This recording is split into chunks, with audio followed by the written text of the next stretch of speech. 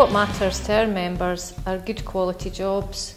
Since the financial crisis, the workers in our industry have been particularly hard hit and are coming under a lot of pressure as a result of that, and a number of them have lost their jobs. There's been large-scale redundancies throughout the industry, and those that are left are having to pick up the slack.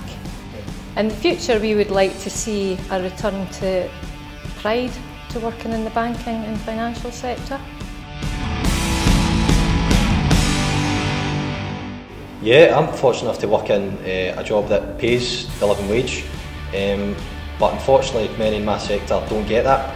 In the care industry, it's a case a lot of young people getting 0-hour contracts, very short-term contracts if even that.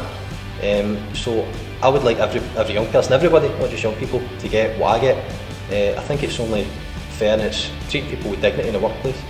I think it's clear that young people are getting involved in politics more than ever. It's a case now of keeping that momentum going and having young people engage in the political process.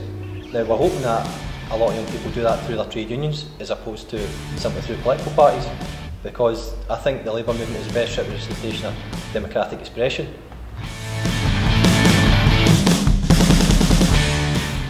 One of the main campaigns the EIS has been involved in over the last few years is to tackle the impact of poverty on young people's attainment and their educational opportunities. We know that 1 in 5 young people come from an impoverished background, and poverty in fact is the single biggest barrier to progress in the education system. Schools can't solve the problem on their own, but we can certainly address some of the issues, and the EIS is committed to working with the STUC and other partners to make sure that the impact of poverty is minimised, and we hope that others, including the Scottish Government, will support the campaign. A recent OECD international study focused on education around the world, and it rightly pointed to the many positives in Scottish education. But one thing it did make clear was that teachers' pay in Scotland has declined. The EIS Workload campaign plays a big part in what we're doing to improve the conditions of teachers, to improve the law and consider fair pay for fair work.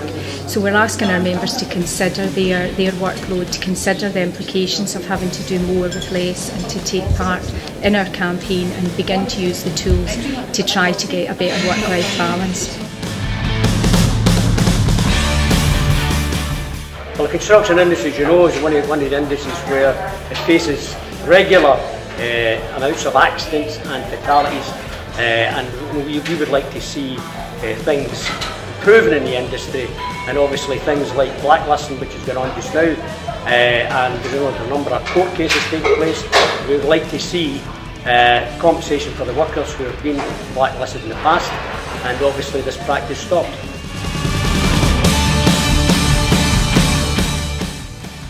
Hello, I'm Usman Ali, the chair of the STUC Youth Committee, and on Saturday the 18th of October 2014 I will be leading for a fairer, equal and just Scotland, and I hope you'll be out marching too.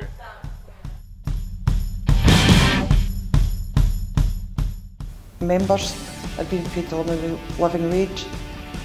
The most important thing to us is those contractors we're in providing a service that is normally carried out by public sector who aren't paying the living wage, and it's a major concern to us. There's more and more of the services actually going out to private contractors who aren't paying the living wage, so that's having a detrimental effect on the communities and on members.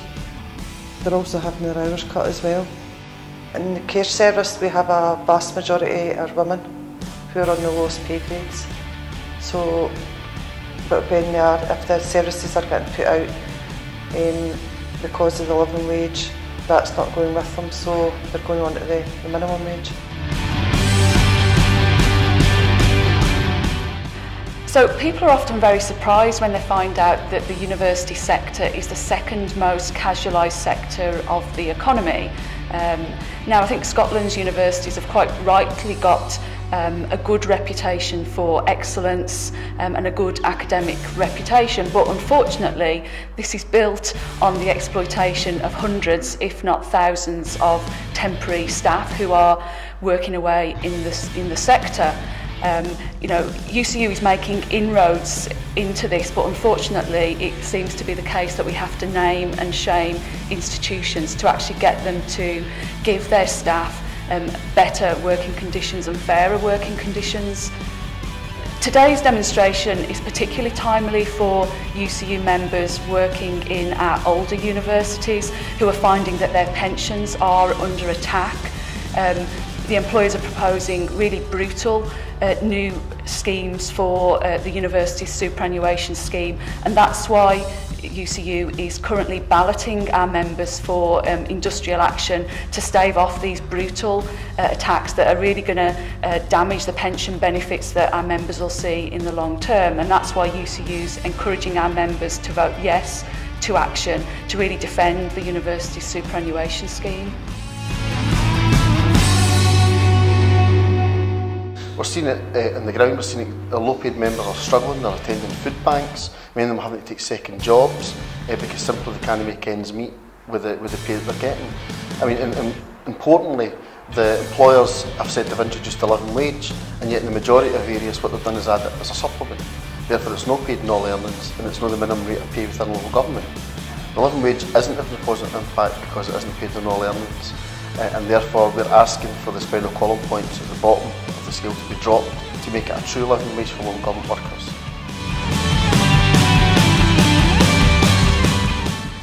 Well, PCS members, like I think all working class people, are sick and tired of austerity, sick of seeing their wages held down, their services being cut and privatised. They're sick of seeing the money in society go to the people who least deserve it. So from that point of view, I think they want the STUC and the TUC to fight back to the very best of their abilities. Well, PCS members are taking action on Wednesday as part of their national campaign to defend jobs, to stop privatisation, of course, to fight against the pay freeze, the 1% pay freeze. As one of our members said, there's too much month left at the end of the money. And they say that the money's not there, but the money is there. If you look at the MPs' wages, the MPs' pay rise, the expenses they claim, the money that's getting paid for things that we don't need and we don't want, the money is there. They can't say that. They say we're all in it together and we all need to tighten our belts. Well, I'm sick of tightening my belt, my members are sick of tightening our belts, and we can't keep doing this. NASUWT members will be taking part today for a number of reasons, but principal amongst those would be pay. Since 2010, teachers' pay has effectively been cut in real terms by 14%. We've had government ministers crowing this week about inflation dropping, but it's still higher than the 0% and 1% pay offers that we've had over the past 4 years. We were disappointed that the Scottish Government in 2011 targeted the most vulnerable teachers, really supply teachers. They had a pay cut of over 50% for their short-term engagements. Many of them have decided it's just not worth getting out of bed in the morning for that, and that's led us to a supply teacher crisis now, especially in our rural areas. We're also worried about education budget cuts and the impact that they can have. More and more reports are coming in of teachers having to dip into their own pockets to provide pens and pencils and other basics for pupils that should be provided by local authorities. Well, we're hearing on a regular basis that the economy is improving, but I can tell you quite clearly that's no filtering through to the workers and the members that we represent. There is a real cost of living crisis. We've got members who are working full-time and still can't meet the commitments and make the bills meet at the end of the working week. So there's a real issue out there affecting our members. Clearly we've got a situation regarding short-hour contracts and zero-hour contracts, which is the bane of life for our members. So we're actively and proactively that. Negotiators are going in on a regular basis to secure relevant hours for the members that we represent and trying to get them off the zero-hour contracts.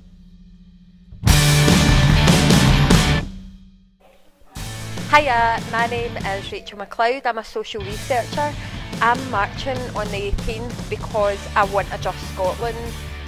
My past work experience has been working in social care industry, and I've seen 0-hour contracts employed regularly. I've seen a demoralised workforce, and I'm marching for change. I think it's really important that we come together, we fight for equal pay and a living standard pay.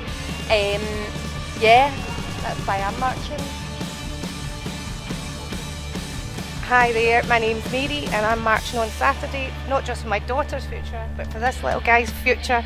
We need things to change, we need things to be fair, and we need a future for all our kids and our grandkids and future generations. My name is Samantha Ritchie and I'm marching this Saturday on October 18th to march against workfare, the exploitation of young people in British society, the benefit cuts and the attack on the disabled. I hope that we all stand in solidarity and march together to make a statement against the Tories and what they're doing to society. Hi, my name's Sarah Victorski and on the 18th of October I'll be marching for a living wage for all Scottish workers. My name is Tina Yu and I'm marching on Saturday because I want a better Scotland, and I want to kind of like end sort of racism, and I want a better world for everyone, for children and everybody. Hello, we're here from STUC A, or Black and Minority Ethnic Society, and we will be marching on Saturday the 18th for more equality in Scotland, and also we are showing solidarity to the Kurdish people in Kobani, the current situation, and if any of you want to say one more march, well, basically we are marching on Saturday for better equality in Scotland. Yay!